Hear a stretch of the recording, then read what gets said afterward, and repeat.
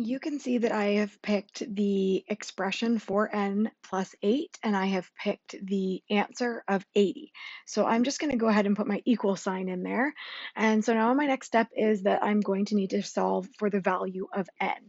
So I would like to get n on its own and isolate it. So that's kind of like the work we were doing where we want to get rid of the unnecessary pieces on that left-hand side of the equation.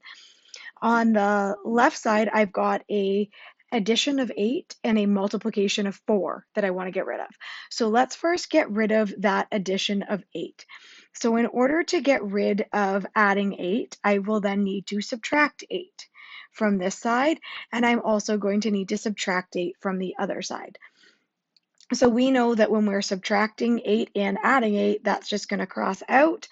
And what I'm going to be left with on this other side of the equal sign is 72.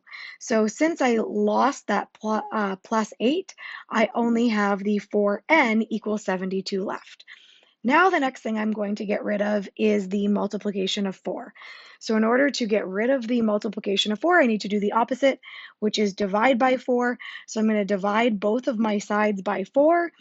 And if I divide by 4, then I know that multiplying by 4 and dividing by 4 is going to cancel each other out. So I'm simply left on this side with n, and on the other side, I am left with 72 divided by 4, which is going to give me 18.